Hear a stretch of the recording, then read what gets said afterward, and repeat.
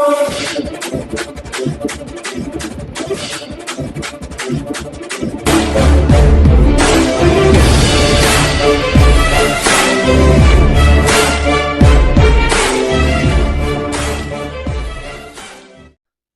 प्यारे हिंदुस्तान न्यूज 24/7 में आपका हार्दिक स्वागत है। खबर रोहतक से। आम आदमी पार्टी के प्रदेश अध्यक्ष नवीन जैन ने कहा, मैं अभी मरा नहीं, 13 नवंबर को आऊंगा पानीपत, केस का डर दिखा, सरकार मुझे डराने की कोशिश न करे, मैं भोले का भक्त हूं, कोई भगोड़ा नहीं।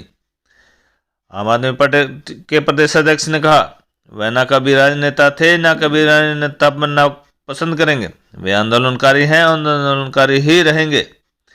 नवीन जैन का भाजपा सांसद पर तीखा कटाक्ष का, आंख निकालने और हाथ काटने वाले नेता उसमें कहां थे जब सीएम खट्टर एक सम्मान देने वाले ब्राह्मण की गर्दन काटने की कही थी बात। मैं अभी मरा नहीं हूं, 13 नवंबर को पानीपत आऊंगा, पुलिस का केस डर दिखाकर सरकार मुझे डराने की कोशिश न करे, मैं भोले का भक्त हूं, कोई भगोड़ा नहीं। यह कहना है आम आदमी पार्टी के प्रदेश अध्यक्ष नवीन जैन का। वे आज पानीपत में भाईचारा कावड़ यात्रा के दौरान दर्ज हुए केस के सिलसिले में रोहतक में पत्रकारों से बात कर रहे थे। उन्होंने भाजपा सांसद पर कटाक्ष करते हुए कहा कि आंख निकालने और हाथ काटने वाले नेता उसमें कहां थे जब मुख्यमंत्री मनोहर लाल खट्टर गर्दन काटने की बात करते थे। भाजपा नेताओं को चाहिए कि आंख निकालने व हाथ काटने के बजाय वे किसानों की खेतों में खड़ी फसलों को कटवाकर अच्छे दाम पर बिकवा दें, तो कुछ किसानों का फायदा हो जाएगा। ध्यान है कि नवीन जैन 2018 में नशे के खिलाफ युवाओं को जागरूक करने के लिए भाईचारा कावड़ यात्रा निकाली थी। जब वह पानीपत पहुंचे तो उस समय पुलिस ने कावड़ यात्रा को रोक लिया था और जांच के नाम पर बेवजह झूठे केस दायर कर दिए गए थे। उस समय उन्होंने पुलिस को पूरी तरीके से संतुष्ट कर दिया था, लेकिन अब 3 साल बाद पुलिस ने अचानक उन्हें फिर से सम्मन भेजकर पानीपत सिटी थाना में पेश होने के लिए कहा है। इसी के मद्देनजर नवीन जैन ने रोहतक में प्रेस वार्ता की थी। उन्होंने कहा कि सरकार पुलिस का भय दिखाकर उन्हें डराने का प्रयास कर रही है। बेवजह आम आदमी पार्टी के कई कार्यकर्ताओं को पुलिस परेशान कर रही है, जिसे बर्दाश्त नहीं किया जाएगा। वे 12 नवंबर को किलोई शिव मंदिर में जल चढ़ाने के बाद पानीपत पुलिस के सामने पेश हो जाएंगे। उन्होंने कहा कि वह ना तो कभी राजनेता थे और न कभी राजनेता बनना पसंद करेंगे, वह आंदोलनकारी है और आंदोलनकारी ही रहेंगे। रोहतक से वैशाली सैनी की रिपोर्ट। 3.5 साल पहले की बात है और 3.5 साल पहले हम साथियों के साथ, भोले के भक्तों के साथ कावड़ लेने के लिए गए थे। और वो जब कावड़ लेने के लिए हम लोग गए, उस कावड़ का जो मकसद था वो था, उस टाइम पे आप लोगों को अच्छी तरह समझ सकते हैं कि एक तो हमने इसमें इश्यू था भाईचारे का। उस कावड़ का नाम ही भाईचारा कावड़ यात्रा था। नशे के खिलाफ वो यात्रा थी। जब हम रास्ते में पूरे हरियाणा से घूमते हुए उस साइड से निकल के आ रहे थे, यमुनानगर साइड से कई जिलों को कवर करते हुए, तो पानीपत में क्या हुआ, हमारी गाड़ियों को, हमारे साथियों को जो गंगाजल साथ में ले रहे थे, उनको पुलिस ने रुकवा लिया और पुलिस ने रुकवा के उन गाड़ियों की तलाशियां शुरू कर दी। कोई बात नहीं भाई, पुलिस का काम है, तलाशी लेने में कोई प्रॉब्लम नहीं, कोई इशू नहीं है। तलाशी ले ली, तलाशी में कुछ नहीं पाया। किसी ने बताया भाई तुम हथियार ले रहे थे, अवैध हथियार थे, ये थे वो थे, कुछ नहीं पाया। उन्होंने सब कुछ देख लिया, हमने हथियार की जरूरत की थी। फिर क्या हुआ कि हमारे कुछ साथियों को पुलिस ने पकड़ लिया जबरदस्ती, बिना किसी उसके, कोई मामला नहीं, कुछ नहीं मिला, उनने वो पकड़ लिया। तो जब पूरे साथी वहां पे इकट्ठे हुए, कावड़िए सारे कावड़ लेकर, गंगाजल साथ में ले रहा था, तो पहले तो इनने गंगाजल का अपमान कराया। अब उसने कहते थाने में लेके जाओ। हमने कही थी भाई सारे आने ले चलो, कोई प्रॉब्लम नहीं है। तो वहां पे काफी हंगामा हुआ था। आखिर में पुलिस वालों ने भी माफी मांग के ये कह के कि भाई ठीक है, हमारे को गलतफहमी हो गई थी, हम आगे थे। उसके 5 दिन के बाद एफआईआर अखबार में आती है कि एफआईआर है नवीन जैन और उसके 5 साथियों के खिलाफ एफआईआर दर्ज की जा रही है। अब वो एफआईआर भाई साहब, हमने जब देखा तो हमने मगा भाई ये किस चीज की एफआईआर है। तो उन्होंने जो भी एफआईआर की, उस एफआईआर के अंदर कुछ भी तथ्य नहीं था, इतनी धाराएं लगा दी, पता नहीं क्या। तो हम गए थे एसपी के पास, 2 ही दिन के बाद हम एसपी के पास पेश हो गए। वहां पे पानीपत एसपी के पास जब हम पेश हुए तो उनको सारे डॉक्यूमेंट, सारी चीजें, सारी बातें उनको बता दी, सारा कंफ्यूजन जो भी था एसपी साहब ने खुद ये कहा। वहां शोराना साहब या शोकन साहब एसपी थे उस टाइम पे, और उन्होंने कहा कि भाई कोई बात नहीं, कंफ्यूजन हो गया था, कोई गड़बड़ की बात नहीं है, और ये मामले आप इसकी टेंशन मत लो। तो 5-4 दिन के बाद फिर कोई खबर छपवा दी उन्होंने वहां से, प्रशासन की तरफ से या किसी ने भी छपी, जो भी है। हम दोबारा फिर गए एसपी के सामने, फिर पेश हुए। उसके पेश होने के बाद फिर एसपी साहब ने कहा भाई कोई इशू नहीं। अब मेरे को तो भाई आ बात समझ में आई नहीं है। हम तो अपने आराम से बैठे हैं, हम तो अपने कोई ऐसी भी बात नहीं कि अभी कोई लेटेस्ट कुछ इसी तरह की बात है कि कुछ हमने तो समझ में नहीं आई। सभी साथी जो कार्यकर्ता थे, अब उनके घर पुलिस भेजने लग गए। आगे भाई वो पुराना मुकदमा है, चालो तुम। अरे यो क्या सिस्टम है भाई, क्या मतलब है यो? डराने की सोचोगे? अरे जब 2 बार एसपी के सामने पेश हो लिया 3.5 साल के बाद, कौन सा मुकदमा हो है? अब 3.5 साल के बाद फिर दोबारा बुलाओगे? तो उनको हमने यही कहा कि भाई ऐसा है, लेके गया था मैं, जिम्मेदार हूं मैं, उन किसी के घर जाने की जरूरत नहीं है, मैं आऊंगा 13 तारीख को पानीपत पुलिस के सामने मैं पेश होऊंगा। 13 अभी या 13 जो आवेगी वे 13 नवंबर है, 13 नवंबर को वहां 12 बजे पेश होंगे। जो उन्हें करना है वो कर लेंगे, उसमें कोई इशू नहीं। लेकिन हमारे जो साथी हैं, कार्यकर्ता हैं, उनको परेशान करने की जरूरत नहीं है। लेकिन सवाल ये उठता है कि ये इतनी बड़ी बड़ी बात करने वाले, मतलब भोले के भगतों पे अत्याचार, कावड़ लेने वाले हरियाणा दे लाखों लोग कावड़ लेके आवे हैं। अरे कावड़िया के ऊपर यो कौन सा मुकदमा? थारी बस फूकी हो, थारा कोई रास्ता रोक्या हो, कोई हाथापाई करी हो, कोई गाली गलौज करी हो, कुछ तो बताओ। अब हमारे तो समझ में नहीं आया भाई। अब 3.5 साल बाद बोले आप पेश हो जाओ, हो जाएंगे, पेश होने में कोई प्रॉब्लम नहीं है।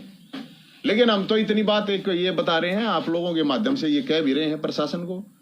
अरे मैं 10 अच्छे काम करूं तो मेरे 10 आदमी 100 आदमी साथी मेरे साथ हैं, तो मेरे साथ है तो साथियां ने दुखी क्यों करो? मान लो कोई गलत काम करूं, मैं इंडिविजुअल हूं, व्यक्तिगत करूंगा, तो मेरे साथियां का, मेरे यार दोस्त रिश्तेदार परिवार का क्या लेना देना?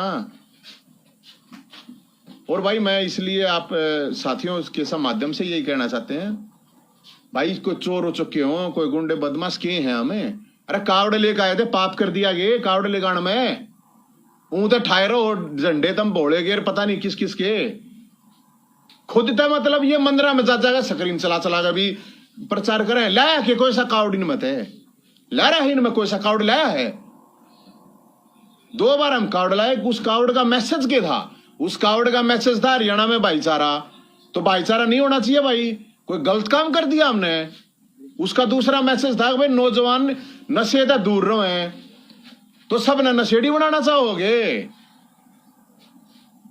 तो साथियों हमारा जो प्रोग्राम है, मेरा ये प्रोग्राम है, और उससे पहले जो बोले की भक्ति के लिए, बोले के भगत है, असली आले हैं, नकली आले को ना, डोंडरे आले को ना, असली आले हैं। इस मैं तो भाई साहब अपना भक्ति में लग रहा था बोले की। मैं बोले की भक्ति आप लोग देखे कि नहीं देखी, मैंने नहीं बेरा, आप लोग देखी भी होगी। तो हम ताड़े भक्ति में लग रहे थे, अपने बोले की जो इच्छा है वो कर लेंगे, क्या प्रॉब्लम? आगे का प्लान क्या? आगे की भाई मैं नहीं सोचता, मैं तो पल पल जिया रहा हूँ। कल जाने वाला के था, आने वाला के है, के बेरा के हुआ जो बोला करेगा, बोले की मर्जी भाई साहब। इसमें तो मैं क्या कहूँ, और तो आगे का तो किसा बेरा थोड़ी है। आजकल ऐसा माहौल चल रहा, के बेरा कल हार्ट अटैक होगा मर जावे, और कितना एक्सीडेंट होगा मर जावे। भाई भी बोले वाला काम तो निपटा लेने दे, पहला बोले वाले ने जो काम है इसने निपटा ले। मोटिव क्या मोटिव लग रहा है कि जिस तरह से 3 साल बाद आपको सम्मन भेज के पेश होने की बात की जा रही, मोटिव क्या है? ये मोटिव तो पत्रकार आप हो, आप बताओगे कि मोटिव। मेरा तो दिमाग इतना चालता वो ना, इसका मोटिव मेरे तो समझ में नहीं आया कि भाई इनका क्या मोटिव है, के चावे हैं। मैंने इस बारे में कुछ मेरे ख्याल में समझ में नहीं आया मेरे। जो भी है पर कोई प्रॉब्लम ना, उस तक क्या प्रॉब्लम, मेरे तो 6 केस और चल रहे, क्या प्रॉब्लम है? मेरा उस चीज तक कोई फर्क नहीं पड़ता। लेकिन ये मतलब कोई तरीका कौन है बाकी मर्जी है भाई जो भी है। सम्मान में क्या भेजा है? कुछ नहीं नु कहा भाई आ जाओ थारे पे यो केस है मगर एसपी तो 2 मिल लिए क्या केस 3 साल बाद जागो हो 3 साल बाद जगना क्यों मतलब यार ईसाई कुछ मामला था तो 3 साल 3 भी नहीं 3.5 साल हो गए मेरे ख्याल में। तो उस मामले में तो एक गाड़ी का भी जिक्र आया था कि गाड़ी का आया था वो सारी गाड़ी दिखा दी थी अग भाई गाड़ी का था वो डुबले बुलाया गाड़ी फर्जी है चोरी की है वह गाड़ी दिखा दी एसपी के सामने ले जाए दिखा दिए कागज दिखा दिया सारा सौदा दिखा दिया न्यू बता दिया इसकी गाड़ी है इसने ली है ये चलानिया बताओ कुछ था ही नहीं ना भाई कुछ हो तो हम बताओ कुछ था ही नहीं लेकिन ये उस चीज को खाम आते हैं हरासमेंट है ये हरासमेंट है तो भाई वो कोई बात नहीं हम तो उसने हरासमेंट भी नहीं मानते लेकिन मैं न्यू कहूं भाई मेरे पे कर लो जो कुछ करना है जितने केस क्या चलाने हैं और ला लो कोई प्रॉब्लम नहीं है लेकिन जो और साथी कार्यकर्ता है यार उन क्यों तो की करो उन क्यों परेशान करो मैं कहने लगा यार इतने आदमी आ गए मैं आप लोगों के सामने कहने ला रहा मैं हूं भाई जिम्मेदार खत्म बात है जो करना कर लो और आगे क्यों जा घर बैठो मैं तो नहीं कहूँ कोई ऑफर आया था क्या बीजेपी से कोई ऑफर? अरे भाई साहब हमने क्या आगे ऑफर मैंने ऑफर मेरे बस की ना ऑफर आया वो आपने मना कर दिया ना हमने किए ऑफर लेना मेरे तक कौन के ऑफर देश का मेरा बाबू इतना ठाडा है भाई साहब मेरे बाप तो बड़ा कोई बाप ना हो सकता मेरा ठीक है ना इसलिए ऑफर आ रही है छोटी मोटी चीज कोई मायने नहीं रखती ना तो कोई हमने किससे डालते हमारे को प्रभावित ना तो कोई डरा सकता ना कोई खरीद सकता किसी के बाप की औलाद इस दुनिया में तो है नहीं ईब तो है नहीं कहा लगा मैंने बेरा नहीं तो ईब तो भाई मैं इतनी कह सकूं ना तो कोई डरा सकता और ना कोई खरीद सकता इस दुनिया की बताऊं बस मर तो सकते हैं लेकिन भाई डर हम सकते नहीं सीधी बात है। अकेले ही पेश हो गई थी फिर मैं तो अकेला ही जाऊंगा भाई और कि मैं तो न्यू तो कहूँ भाई मैं अकेला मेरे पे जो भी है कर लो तुमने जो कुछ करना है। आप एक पार्टी के प्रदेश अध्यक्ष भी हैं आप पार्टी के प्रदेश अध्यक्ष हैं तो पार्टी साथ खड़ी है इस मामले में आपको? भाई कौन साथ है कौन नहीं है वो तो मैं तो बता दी मैंने जरूरत किसी की मैं ये एक कावड़ का मामला था ना तो मेरा व्यक्तिगत था ना ये कोई पार्टी का था उसमें पार्टी के भी लोग थे व्यक्तिगत भी लोग थे सब कुछ थे इसमें सीधी बात है भाई मैं तो जाऊंगा जेल मर्जी से न चालना हो वो जेल में चालना था कोई चालना हो तो बेशक चाल पड़ी हो बाकी वो दे दलाले आई हो मतलब बेशक कितने भी जाने की जरूरत है नहीं मैंने जो बोलेगा भगत हो और मर्द मानस का बीज बच रहा हो तो बेशक आ जाइए उसमें कोई प्रॉब्लम नहीं। तो शिकायतें तो बीजेपी वालों के भी खिलाफ हो रही हैं अभी सांसद के खिलाफ भी शिकायत गई है क्या जो उन्होंने बयान वगैरह दिया था हाथ काटने का या आंख निकालने का। अरे एक बात होता ये इसे बयान मेरे तो समझ में पहले लोग कोरोना में लोग आगे बाल बड़े बड़े हो रहे हैं पहले बाल काटते लोग आगे क्या मैं महंगाई भी हो रही है बच जाएंगे क्या मैं हमारे भी बड़े बड़े बाल हो रहे हैं कितने बड़े बड़े हो रहे हैं तो मेरे ख्याल में जब वो खट्टर साहब ने न्यू की थी गर्दन काट दूंगा जब की हाथ दे रहा था भाई इनके हाथ जब की थे बता दो किसे के हो तो फिर ये मुंह खाम गाते हवाबाजी के चक्कर में तो भाई साहब कोई क्यों न कह लो उसमें तो मैं क्या करूं। जब तो आपने भी कही थी कि मनोहर लाल खट्टर के हाथ काट देंगे एक बात बता आपको कोई न्यू कहेगा तेरी गर्दन काट दूंगा और फिर उसके तो काटे देने चाहिए उसमें क्या प्रॉब्लम है भाई आदमी सेल्फ सुरक्षा का भी तो है तो कानून है संविधान है ये कोई मेरी गर्दन पर आगा फरसाद रहेगा तो मैं तो काटूंगा मेरी चल लगी तो उसके हाथ क्यों ना काटूंगा मैं तो फिर को हूं मैं इस बात तो मैं कोई नू थोड़ी है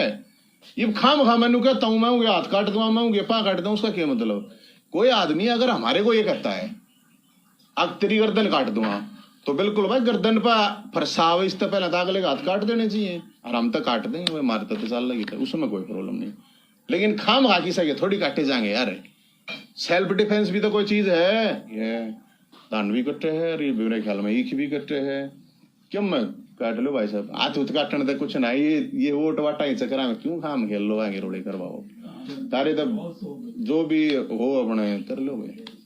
तो सक्रिय राजनीति में नवीन जयंत दिखेंगे? मैं राजनीति तब भाई कदे करी है मैंने कद करी थी बताओ आप लोग मैंने 20 साल तक जाना मैं तो 2001 से अगर इसने राजनीति को हो गए अखबार में खबर आ जाए हर और कुछ हो जाए तो 2000 से है सर 20 साल हो गए आंदोलन है आंदोलन न्यू चलते रहेंगे और हम तो सिर्फ इतना बता रहे हैं भाई आके जय हिंद अभी मरा नहीं है जय हिंद अभी जिंदा है और जय हिंद जरूर आवेगा इसलिए पुलिस ने भी कोई दुखी होने की जरूरत नहीं है कि तक घूमन क्यों तेल फूको सरकार का जब हम अपने आप आना लग रहे हैं तो